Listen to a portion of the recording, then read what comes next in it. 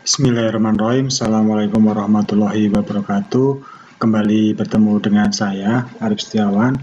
Kali ini kita akan melanjutkan materi pembahasan mengenai sistem informasi akuntansi. Kali ini kita akan membahas pengantar pemrosesan transaksi. Istilah pemrosesan transaksi di sini mewakili berbagai aktivitas yang umumnya dilakukan oleh organisasi untuk mendukung operasionalnya sehari-hari. Ya, pemrosesan transaksi ini terjadi di suatu perusahaan di mana dia mewakili berbagai aktivitas yang umumnya dilakukan oleh organisasi perusahaan tersebut untuk mendukung operasionalnya. Ya. Tujuan belajar 1, di sini akan memberikan gambaran tentang alur data transaksi pada perusahaan manufaktur. Di sini dicontohkan satu kasus perusahaan manufaktur. Alur transaksi pada perusahaan manufaktur. Ya, di sini ada customer atau pelanggan, di sini ada pesanan atau sales order, di sini ada tagihan, di sini ada account receivable, ya. Terus di sini ada warehouse itu gudang, terus ada produksi dan jadwal produksi. Kita urutkan pertama, customer melakukan pesanan, ya, lalu pesanan di sini sales order diberikan kepada customer. Customer ini memesan produk A, produk B, produk C, direkap di sini, lalu rekapan ini diberikan kepada customer. Dari rekapan ini muncullah tagihan atau billing, tagihan pembayaran. Tagihan pembayaran ini juga diberikan kepada customer, agar customer ini tahu, ya, nanti yang dibayar ini berapa. Dari tagihan ini lalu muncul account receivable, ini akun pembayaran. Akun pembayaran ini untuk siapa? Untuk customer, agar customer ini bisa melakukan proses pembayaran sesuai dengan tagihan yang sudah ada. Ya, jadi dari pesanan muncul tagihan, lalu muncul akun pembayaran, semuanya masuk ke sini. Sales order dimasukkan ke gudang, agar gudang tahu produk-produk apa saja yang sedang dipesan. Ya. Pesanan ini juga masuk ke produksi. Jadi kalau di sini ternyata barangnya limit atau tidak ada, maka bagian produksi yang akan memproduksi baru barang-barang yang sedang dipesan. Dan di sini juga muncul jadwal produksi. Jangan sampai produksi ini melebihi jadwal pengiriman barang, karena sudah ditunggu sama customer di sini. Next, dari gudang melakukan pengiriman barang. Pengiriman barang tertuju ke customer di sini. Dari pengiriman ini muncul tagihan. Dari jadwal produksi lalu melakukan proses produksi, lalu masuk ke gudang barangnya, gudang lalu melakukan proses pengiriman, muncul tagihan dan pengiriman ini masuk ke customer. Next, di sini ada proses purchasing itu pembelian, lalu di sini penerimaan. Pembelian ini dilakukan oleh vendor mendapatkan akun payable atau akun pembayaran di sini. Next, nah dari sini akun pembayaran, di sini masuk proses accounting, ya, perhitungan. Pembayaran di sini juga masuk proses accounting. Nah di sini employee ini karyawan yang tadi melakukan proses produksi mendapatkan penggajian. Dari customer melakukan proses pembayaran menggunakan akun receivable, juga di sini masuk proses accounting.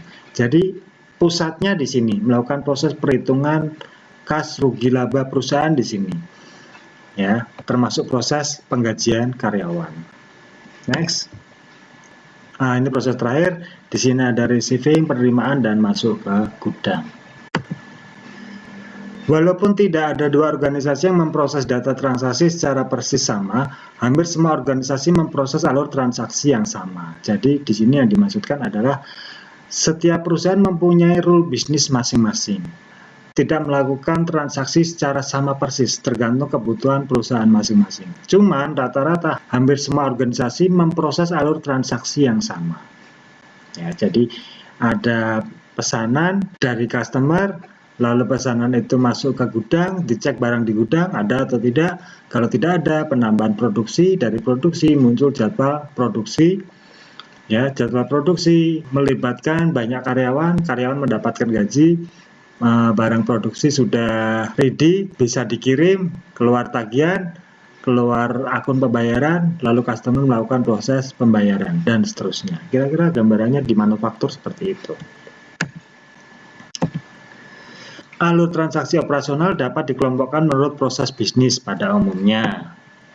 Sebagian besar organisasi memiliki proses pesanan penjualan, proses tagihan, proses piutang, dan proses bisnis lainnya. Ya. Di perusahaan manufaktur, ya, rata-rata itu ada proses penjualan karena dia memang menjual produk. Terus ada proses tagihan karena di sini model pembayarannya tidak langsung cash, ada yang model kredit, ya. Proses piutang, ya, dari piutang dari perusahaan ke customer, ya, perusahaan memberikan piutang, dan proses bisnis lainnya. Ini proses-proses standar pada perusahaan manufaktur. Tujuan belajar 2, membahas komponen dasar sistem pemrosesan bisnis. Kalau tadi yang kita bahas tujuan belajar pertama, nah ini tujuan belajar kedua. Membahas komponen dasar sistem pemrosesan bisnis. Komponen penting apakah yang terdapat pada sistem pemrosesan transaksi? Di sini ada proses input, ada proses, ada penyimpanan data, lalu ada proses output, ya, standar proses pada sistem komputer. Ada input, ada proses, penyimpanan pada hard disk atau server, lalu output atau laporan. Apa saja yang termasuk input? Di sini pesanan konsumen, ini termasuk input. Slip penjualan, ini termasuk input. Faktur, termasuk input. Pesanan pembelian, termasuk input. Kartu absen karyawan. Jadi di sini pada proses sistem transaksi penjualan, pesanan konsumen ini termasuk input. Ya, jadi konsumen ini memesan produk apa saja, lalu ada slip penjualan, dari pesanan itu muncul slip penjualan, barang-barang apa yang laku, lalu ada faktur penjualan, lalu ada pesanan pembelian. Pesanan pembelian ini maksudnya ketika barang habis, maka kita akan melakukan proses kulak ke supplier. Nah, ini perusahaan melakukan proses pembelian. Sama kartu absen karyawan, absensi karyawan ini, ya. Pemrosesan melibatkan penggunaan jurnal dan register untuk memberikan catatan masukan yang permanen dan kronologis. Jurnal digunakan untuk mencatat transaksi akuntansi keuangan. Jadi di sini pemrosesan melibatkan penggunaan jurnal. Jurnal ini digunakan untuk mencatat transaksi akuntansi keuangan. Jurnal ini dicatat menggunakan proses permanen dan kronologis. Jadi di sini urut, ya, berdasarkan jam, berdasarkan tanggal. Jangan sampai jurnal ini tanggalnya kebalik-balik, nanti pembacaan prosesnya jadi membingungkan. Register digunakan untuk mencatat jenis lain data yang tidak terkait secara langsung dengan akuntansi. Ya, ada juga pencatatan register digunakan untuk mencatat jenis lain data atau jenis data lain yang tidak terkait langsung dengan proses akuntansi. Next. Jurnal khusus di sini digunakan untuk mencatat transaksi yang sejenis dan berulang. Apa saja contoh jurnal khusus? Ada jurnal penjualan, ada jurnal pembelian, ada jurnal penerimaan kas, ada jurnal pengeluaran kas. Jadi di sini seperti yang sudah dibahas tadi, ya, pencatatan jurnal. Jurnal ada beberapa jenis. Di sini ada jurnal penjualan khusus untuk mencatat proses penjualan. Terus ada jurnal pembelian khusus untuk mencatat proses-proses pembelian. Pembelian itu dari perusahaan ke supplier. Kalau penjualan dari perusahaan ke konsumen, ya. Jurnal penerimaan kas, ini uang kita bertambah, dan jurnal pengeluaran kas, ini uang kita berkurang untuk proses transaksi. Dokumen sumber. Ini beberapa dokumen. Yang pertama jurnal penerimaan kas, ya, proses penambahan uang kita. Jurnal pengeluaran kas atau proses pengurangan uang kita, terjadi transaksi di sini. Jurnal umum, ya, ini mencatat keseluruhan proses. Jurnal pembelian digunakan untuk mencatat proses pembelian, dan jurnal penjualan digunakan untuk mencatat proses penjualan.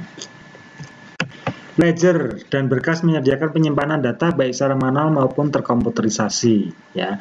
Ledger menyediakan ringkasan dari transaksi akuntansi keuangan perusahaan.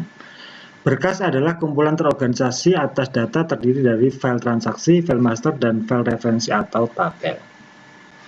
Jadi di sini ada dokumen ledger, ya, dan berkas.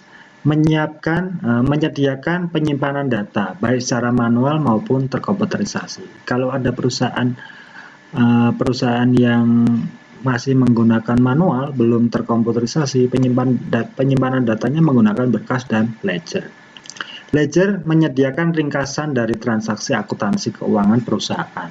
Jadi keuangan perusahaan di sini ya semuanya terangkum di dalam dokumen ledger. Sedangkan berkas di sini adalah kumpulan terorganisir data yang terdiri dari file transaksi. File transaksi itu file yang terus bergerak. File master ini adalah file awal ya, file barang, terus file konsumen, file produsen. Nah, itu termasuk file master. Kalau transaksi itu ada proses pembelian, ada proses penjualan, dan file referensi atau tabel. Ya, ini file referensi ini data-data pembantu dalam proses master dan transaksi. Apa saja yang disebut dengan keluaran? Yaitu dokumen apapun yang dihasilkan oleh sistem. Contoh-contoh keluaran di sini ada neraca saldo, laporan keuangan, laporan operasional, dan cek pembayaran. Neraca saldo ini dokumen yang digunakan untuk penghitungan rugi laba. Ya, di situ ada proses debit, ada proses kredit. Laporan keuangan ini adalah pencatatan proses keuangan kita, ya, penambahan kas atau pengurangan kas. Keuangan ini bisa mengetahui ya posisi keuangan kita di setiap bulannya. Laporan operasional adalah laporan yang digunakan untuk pencatatan operasional perusahaan, ya, operasional sehari-hari. Dan cek pembayaran di sini adalah dokumen tentang pembayaran menggunakan cek. Perusahaan dalam melakukan pembelian, pembayaran menggunakan cek. Atau perusahaan dalam melakukan penjualan ke konsumen, ya, pembayaran menggunakan cek. Nah, makanya di sini ada dokumen cek pembayaran. Oke, sekian dulu kuliah kali ini. Semoga bermanfaat, semoga ada diskusi. Jika ada pertanyaan, silahkan Anda komen di bawah. Untuk absensi online, silahkan Anda komen di bawah. Jaga kesehatan, nggak usah keluar rumah, belajar di rumah aja. Semoga kita semua terhindar dari virus corona. Oke, kuliah saya tutup. Billahi taufik wal hidayah. Wassalamualaikum warahmatullahi wabarakatuh.